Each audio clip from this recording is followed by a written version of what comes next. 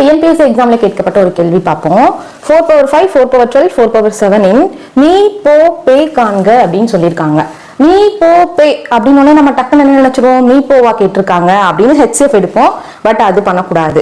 ஆக்சுவலா மீ போ பே அப்படின்னா என்னன்னா மீச்சிறு பொது பெருக்கல் பலன், அதுதான் நம்ம மீ போ பே அப்படின்னு சொல்லுவாங்க. அப்ப இதுக்கு நம்ம என்ன கண்டுபிடிக்கணும் அப்படின்னா எல்சிஎம் கண்டுபிடிக்கணும். சோ இப்படி பவர்ஸ்ல இருந்துச்சுன்னா எப்படி எல்சிஎம் கண்டுபிடிக்கணும்னா, பேஸ் காமனா இருக்குன்னா ரொம்ப ஈஸி. பேஸ் காமனா இருக்குல்ல, அடிமானம் சமமா இருக்கும்போது இந்த அடுக்குகள்ல எது பெரிய அடுக்கோ அதுதான் நமக்கு தேவையான எல்சிஎம்.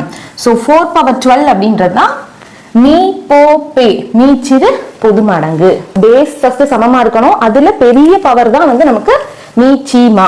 ஓகே, இது உங்களுக்கான ஒரு கோட்சம். இந்த சம்க்கான ஆன்சர் என்ன வரும்ன்றத கமெண்ட் செக்ஷன்ல சொல்லுங்க. நீங்க டிஎன்பிஎஸ்சி ப்ரிப்பேர் பண்ணிட்டு இருக்க ஆஸ்பிரண்ட் அப்படின்னா மேக்ஸ்ல ஸ்ட்ராங் ஆகிறதுக்கு ரதினா குவான்ஸ்ல இருக்க டிஎன்பிஎஸ்சி மேக்ஸ் கோர்ஸை யூஸ் பண்ணிக்கோங்க.